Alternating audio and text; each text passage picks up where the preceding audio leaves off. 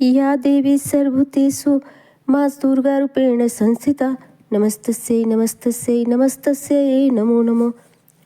माँ भगवती का आशीर्वाद आप सभी पर सदैव बना रहे। आज नवरात्रि का तीसरा दिन है और आज भी श्री दुर्गा सप्तशती का चौथा अध्याय पढ़ा जाएगा या सुना जाएगा। और आज के दिन इस वीडियो में आप सभी सुनने वाले हैं श्री दुर्गा सप्तशती का चौथा अध्याय। उससे पहले सुनिए अर्गला स्तोत्र का हिंदी अनुवाद। ओम नमः चंडिकाय। श्री मार्कंडेय कहते हैं, जयंती मंगला काली भद्रकाली कपालिनी दुर्गा क्षमा शिवा धात्री स्वाहा स्वाधा, इन नामों से प्रसिद्ध जगदम्बिके आपको मेरा नमस्कार है। देवी चामुंडे आपकी जय हो। संपूर्ण प्राणियों की पीड़ा को हरने वाली देवी आपकी जय हो। सब में व्याप्त रहने वाली देवी आपकी जय हो। कालरात्रि आपको नमस्कार है। मधु और कैटव को मारने वाली तथा ब्रह्मा जी को वरदान देने वाली देवी आपको नमस्कार है।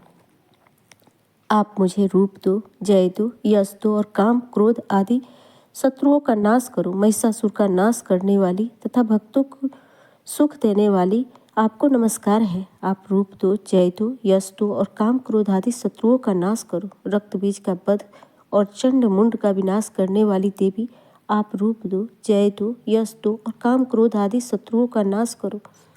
शुभ और निशुंभ तथा धूम्र लोचन का मर्दन करने वाली देवी आप रूप दो, जय दो, यश दो और काम क्रोध आदि शत्रुओं का नाश करो। सबके द्वारा बंदित युगल चरणों वाली तथा संपूर्ण सौभाग्य प्रदान करने वाली देवी आप रूप दो, जय दो, यश दो और काम क्रोध आदि शत्रुओं का नाश करो। देवी आपके रूप और चरित्र अचिंत्य है। आप समस्त शत्रुओं का नाश करने वाली हो। रूप दो, जय दो, यश दो और काम क्रोध आदि शत्रुओं का नाश करो। पापों को दूर करने वाली चंडी के जो भक्ति पूर्वक आपके चरणों में सर्वदा मस्तक झुकाते हैं, उन्हें रूप दो, जय दो, यश दो और उसके काम क्रोध आदि शत्रुओं का नाश करो। रोगों का नाश करने वाली चंडी के जो भक्ति पूर्वक आपकी स्तुति करते हैं, उन्हें रूप दो, जय दो, यश दो और काम क्रोध आदि शत्रुओं का नाश करो। चंडी के इस संसार में जो भक्ति पूर्वक आपकी पूजा करते हैं, उन्हें रूप दो, जय दो, यश दो और उनके द्वारा काम क्रोध आदि शत्रुओं का नाश करो। मुझे सौभाग्य और आरोग्य प्रदान सुख को दो, यह रूप दो, जय दो, यश दो। मेरे काम क्रोध आदि शत्रुओं का नाश करो। जो मुझसे द्वेष रखते हो उनका नाश और मेरे बल की वृद्धि करो। रूप दो, जय दो, यश दो और मेरे काम क्रोध आदि शत्रुओं का नाश करो। देवी मेरा कल्याण करो। मुझे उत्तम संपत्ति प्रदान करो। मुझे रूप दो, जय दो, यश दो और मेरे काम क्रोध आदि शत्रुओं का नाश करो। अंबिके देवता और असुर दोनों ही मेरे माथे के मुकुट की मड़ियों को आपके चरणों पर घिसते रहते हैं। आप मुझे रूप दो, जय दो, यश दो, काम क्रोध आदि शत्रुओं का नाश करो। आप अपने भक्त जनों को विद्वान, यशस्वी और लक्ष्मीवान बनाओ तथा रूप दो, जय दो, यश दो और उसके काम क्रोध आदि शत्रुओं का नाश करो। प्रचंड दैत्यों के दर्प का दलन करने वाली चंडिके मुझे शरणागत की रूप दो, जय दो, यश दो और मेरे काम क्रोध आदि शत्रुओं का नाश करो। चतुर्मुख ब्रह्मा जी के द्वारा प्रशंसक चार भुजा धरनी परमेश्वरी आप रूप दो, जय दो, यश दो, काम क्रोध आदि शत्रुओं का नाश करो। देवी अंबिके भगवान विष्णु नित्य निरंतर भक्ति पूर्वक आपकी स्तुति करते रहते हैं। आप रूप दो, यश दो, काम क्रोध आदि शत्रुओं का नाश करो। हिमालय कन्या पार्वती के पति महादेव जी के द्वारा प्रशंसक होने वाली परमेश्वरी आप रूप दो, जय दो, यश दो और काम क्रोध आदि शत्रुओं का नाश करो। सतीपति इंद्र के द्वारा सद्भाव से पूजित होने वाली परमेश्वरी आप रूप दो, जय दो, यश दो और काम क्रोध आदि शत्रुओं का नाश करो। प्रचंड भुज दंड वाले दैत्यों को घमंड चूर करने वाली देवी आप रूप दो, जय दो, यश दो, काम क्रोध आदि शत्रुओं का नाश करो। देवी अंबिके आप अपने भक्तजनों को सदा असीम आनंद प्रदान करती रहती हो। मुझे रूप दो, जय दो, यश दो और काम क्रोध आदि शत्रुओं का नाश करो। मन की इच्छा के अनुसार चलने वाली मनोहर पत्नी प्रदान करो, जो दुर्गम संसार सागर से तारने वाली तथा उत्तम कुल में उत्पन्न हुई हो। जो मनुष्य इस स्तोत्र का पाठ करके सप्तशती रूपी महास्तोत्र का पाठ करता है, वह सप्तशती की जप संख्या से मिलने वाली श्रेष्ठ फल को प्राप्त होता है। साथ ही वह प्रचुर संपत्ति भी प्राप्त कर लेता है। श्री अर्गला स्तोत्र पाठ समाप्त। अब सुनिए श्री दुर्गा सप्तशती का चौथा अध्याय, जिसमें इंद्र आदि देवताओं द्वारा देवी की स्तुति का वर्णन किया गया है। अध्याय से पहले हम सब मिलकर माँ जगदम्बा का ध्यान करें। सिद्धि की इच्छा रखने वाले पुरुष जिनकी सेवा करते हैं तथा देवता जिन्हें सब ओर से घेरे रहते हैं, उंजया नाम वाली दुर्गा देवी को ध्यान करें। उनके श्री अंगों की आभा काले मेघ के समान श्याम है। वे अपने कटाक्ष से शत्रु समूह को भय प्रदान करती हैं। उनके मस्तक पर आबद्ध चंद्रमा की रेखा शोभा पाती हैं। वे अपने हाथों में शंख, चक्र, गदा, बाण और त्रिशूल धारण करती हैं। उनके 3 नेत्र हैं। वे सिंह के कंधों पर चढ़ी हुई हैं और अपने तेज से तीनों लोकों को परिपूर्ण कर रही हैं। ओम नमः चंडी। ऋषि कहते हैं, अत्यंत पराक्रमी दुरात्मा महिषासुर और उसकी दैत्य सेना के देवी के हाथों मारे जाने पर इंद्र आदि देवता प्रणाम किए और गर्दन पर कंधे झुकाकर उन भगवती दुर्गा का उत्तम वचनों द्वारा स्तवन करते हुए उस समय उनके सुंदर अंगों में अत्यंत हर्ष के कारण रोमांच हो आया था। देवता बोले, संपूर्ण देवताओं की शक्ति का समुदाय ही जिनका स्वरूप है और जिन देवी ने अपनी शक्ति के संपूर्ण जगत को व्याप्त कर रखा है, समस्त देवताओं और महर्षि की पूजनीय उन जगदम्बा को हम भक्तिपूर्वक नमस्कार करते हैं। वे हम लोगों की कल्याण करें, जिनके अनुपम प्रभाव और बल का वर्णन करने में भगवान शेषनाग, ब्रह्मा जी तथा महादेव जी भी समर्थ नहीं हैं। वे भगवती चंडिका संपूर्ण जगत का पालन और अशुभ भय का नाश करने वाली का विचार करें। जो पुण्यात्मा हो कि घरों में स्वयं ही लक्ष्मी रूप में, पापियों के यहाँ दरिद्रता के रूप से, शुद्ध अंतःकरण वाले पुरुषों के हृदय में बुद्धि रूप से, सत्पुरुषों में श्रद्धा रूप से तथा कुलीन मनुष्यों में लज्जा रूप से निवास करती हैं, आप भगवती दुर्गा को हम नमस्कार करते हैं। देवी, आप संपूर्ण विश्व का पालन कीजिए। देवी, आपके इस अचित रूप का असुरों का नाश करने वाले भारी पराक्रम का तथा समस्त देवताओं और दैत्यों के समक्ष युद्ध में प्रकट हुए आपके अद्भुत चरित्रों का हम किस प्रकार वर्णन करें। आप संपूर्ण जगत की उत्पत्ति में कारण हैं। आप में सत्व गुण, रजोगुण और तमोगुण, यह तीनों गुण मौजूद है, तो भी दोषों के साथ आपका संसर्ग नहीं जान पड़ता। भगवान विष्णु और महादेव जी आदि देवता भी आपका पार नहीं पाते। आप ही सबका आश्रय है। यह समस्त जगत आपका अंशभूत है, क्योंकि आप सबकी आदिभूत अवयारण लाभ करते हैं। वह स्वाहा आप ही हैं। इसके अतिरिक्त आप पितरों की भी तृप्ति के कारण हैं, अतः सब लोग आपके स्वधा भी कहते हैं। देवी, जो मोक्ष की प्राप्ति का साधन है, अचिंत्य महाव्रत स्वरूपा, समस्त दोषों रहित जितेंद्रिय तत्व को ही सार वस्तु मानने वाले और मोक्ष की अभिलाषा रखने वाले मुनिजन जिसका आभास करते हैं, वह भगवती पाराविद्या आप ही हैं। आप शब्द स्वरूपा अत्यंत निर्मल, ऋग वेद, यजुर्वेद तथा उद्गीत के मनोहर पदों के पाठ से युक्त सामवेद का आधार भी आप ही हैं। आप देवी त्रय अर्थात 3 वेद और भगवती अर्थात 6 ऐश्वर्य से युक्त है। इस विश्व की उत्पत्ति और पालन के लिए आप ही वर्ता अर्थात खेती और आजीविका के रूप में प्रकट हुई हैं। आप संपूर्ण जगत की घोर पीड़ा का नाश करने वाली हैं।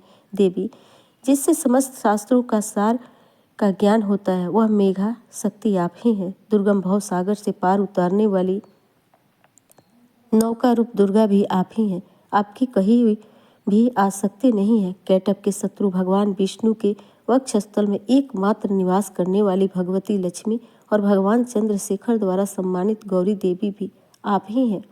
आपका मुख मंद मुस्कान से सुशोभित, निर्मल, पूर्ण चंद्रमा के बिंब का अनुकरण करने वाला और उत्तम स्वर्ण का मनोहर कांति से कम नहीं है, तो भी उसे देखकर महिषासुर का क्रोध हुआ और सहसा उस पर प्रहार कर दिया। यह बड़े आश्चर्य की बात है। देवी, वही मुख जब क्रोध से युक्त होने पर उदय काल के चंद्रमा की भांति लाल और तनी हुई भौहों के कारण विकराल हो उठा, तब उसे देखकर जो महिषासुर के प्राण तुरंत नहीं निकल गए, ये उससे बढ़कर आश्चर्य की बात है, क्योंकि क्रोध से भरे हुए यमराज को देखकर भला कौन जीवित रह सकता है। देवी, आप प्रसन्न हो। परमात्मा स्वरूप आपके प्रसन्न होने का जगत का अभ्युदय होता है। अब क्रोध से भर जाने पर आप तत्काल ही कितने कुलों का सर्वनाश कर डालती हैं। यह बात अभी अनुभव में आई है, क्योंकि महिषासुर की यह विशाल सेना क्षण भर में आपके कोप से नष्ट हो गई है। सदा अभ्युदय प्रदान करने वाली आप जिन पर प्रसन्न रहती हैं वही देश में सम्मानित है। उन्हीं को धन और यश की प्राप्ति होती है। धर्म कभी शिथिल नहीं होता और वही अपने हृष्ट पुष्ट स्त्री पुत्र और त्यों के साथ धन माने जाते हैं। देवी आपकी ही कृपा से पूर्ण आत्मा पुरुष प्रतिदिन अत्यंत श्रद्धापूर्वक सदा सब प्रकार के धर्मानुसार से स्वर्ग लोक में जाता है। इसलिए आप तीनों लोकों में निश्चय ही मन वांछित फल देने वाली हैं। माँ दुर्गे आप स्मरण करने पर सब प्राणियों का भय हर लेती हैं और स्वस्थ पुरुषों द्वारा चिंतन करने पर उन्हें परम कल्याणकामी बुद्धि प्रदान करती हैं। दुख दरिद्रता और भय हरने वाली देवी आपके सिवा दूसरी कौन है जिसका चित्त सबका उपकार करने के लिए सदा ही दयावान रहता है। देवी इन राक्षसों के मारने से संसार को सुख मिले और यह राक्षस चिरकाल तक नरक में रहने के लिए भले ही पाप करते रहे हो, इस समय संग्राम में मृत्यु को प्राप्त होकर स्वर्गलोक में जाएं। निश्चय ही यह सोचकर आप शत्रुओं का वध करती हैं। आप शत्रुओं पर शास्त्रों का प्रहार क्यों करती हैं? समस्त असुरों का दृष्टिपात मात्र से ही भस्म क्यों नहीं कर देती? इसमें एक रहस्य है। यह शत्रु भी हमारे शत्रु से पवित्र होकर उत्तम लोकों में जाएं। इस प्रकार उनके प्रति भी आपका विचार अत्यंत उत्तम रहता है। खड़ग के तेज पुंज की भयंकर दीप्ति से और आपके त्रिशूल के अग्रभाग के धनीभूत प्रभाग से आकर जो असुरों की आंखें फट गई, उसमें कारण यही था कि वे मनोहर रश्मि से युक्त चंद्रमा के समान आनंद प्रदान करने वाले आपके इस सुंदर मुख का दर्शन करती थी। देवी आपका शील दुराचार के बुरे प्रताप को दूर करने वाला है। साथ ही यह रूप ऐसा है जो कभी चिंतन में भी नहीं आ सकता और जिसकी कभी दूसरों से तुलना भी नहीं हो सकती, तथा आपका बल और पराक्रम तो उन दैत्यों का भी नाश करने वाला है जो कभी देवता के पराक्रम को भी नष्ट कर चुके थे। इस प्रकार आपने शत्रुओं पर भी अपनी दया भी प्रकट की है। वरदायिनी देवी आपके इस पराक्रम की किसके साथ तुलना हो सकती है? और शत्रुओं का भय देने वाली और अत्यंत मनोहर ऐसा रूप भी आपके सिवा और कहाँ है? हृदय में कृपा और युद्ध में निष्ठुर, ये दोनों बातें तीनों लोगों के भीतर केवल आप में ही देखे गई है। माते, आपने शत्रुओं का नाश करके इस समस्त त्रिलोकी की रक्षा की है। उन शत्रुओं को भी युद्ध भूमि में मारकर स्वर्ग लोक में पहुंचाया है और उन्मत्त दैत्यों से प्राप्त होने वाले हम लोगों के भय को भी दूर कर दिया है। आपको हमारा नमस्कार है। देवी आप शूल से हमारी रक्षा करें। अंबिके आप खड्ग से भी हमारी रक्षा करें तथा घंटे की ध्वनि से और धनुष की टंकार से भी हम लोगों की रक्षा करें। चंडी के पूर्व पश्चिम और दक्षिण दिशा में आप हमारी रक्षा करें और ईश्वरी आपने त्रिशूल को घुमाकर आप उत्तर दिशा में भी हमारी रक्षा करें। तीनों लोकों में आपके जो परम सुंदर और अत्यंत भयंकर रूप विचर रहे हैं उनके द्वारा भी आप हमारी तथा इस भूलोक की रक्षा करें। अंबिके आपके कर पल्लव में शोभा पाने वाले खड्ग शूल तथा गदा आदि जो जो अस्त्र हो उन सब के द्वारा आप सब ओर से हम लोग की रक्षा करें।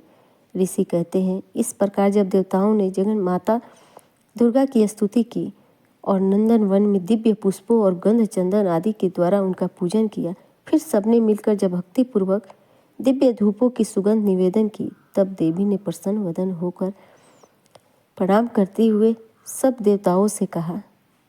देवी बोली, देवताओं, तुम सब लोग मुझसे जिस वस्तु की अभिलाषा रखते हो उसे मांगो। तब देवतागण बोले, भगवती ने हमारी सब इच्छा पूर्ण कर दी है, अब आप भी बाकी नहीं है, क्योंकि यह शत्रु महिषासुर द्वारा मारा गया। माहेश्वरी, इतने पर भी यदि आप हमें और वर देना चाहती हैं तो जब जब हम आपका स्मरण करें तब तब आप दर्शन देकर हम लोगों के महान संकट दूर कर दिया करें और प्रसन्न मुख से अंबिके जो मनुष्य इस स्तोत्र द्वारा आपकी स्तुति करे उसे चित्त समृद्धि और धन वैभव देने के साथ साथ उसके धन आदि स्त्री आदि संपत्ति को भी बढ़ाने के लिए आप सर्वदा हम पर प्रसन्न रहें। मार्कंडेय ऋषि कहते हैं, राजन, देवताओं ने जब अपने तथा जगत के कल्याण के लिए भद्रकाली देवी को इस प्रकार प्रसन्न किया तब वे तथास्तु कहकर वहीं अंतर्ध्यान हो गई। भूपाल, इस प्रकार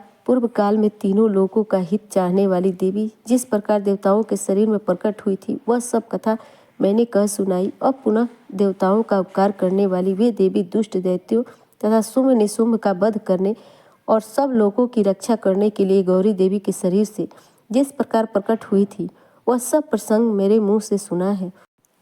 सुनो, मैं उसका तुमसे यथावत वर्णन करता हूँ। जय माता दी। इस प्रकार श्री मार्कंडेय पुराण में सावर्ण के मनवंतर की कथा के अंतर्गत देवी महात्म्य में सकरा स्तुति नामक चौथा अध्याय संपूर्ण हुआ। इसके आगे के अध्याय आप सभी कल के वीडियो में जरूर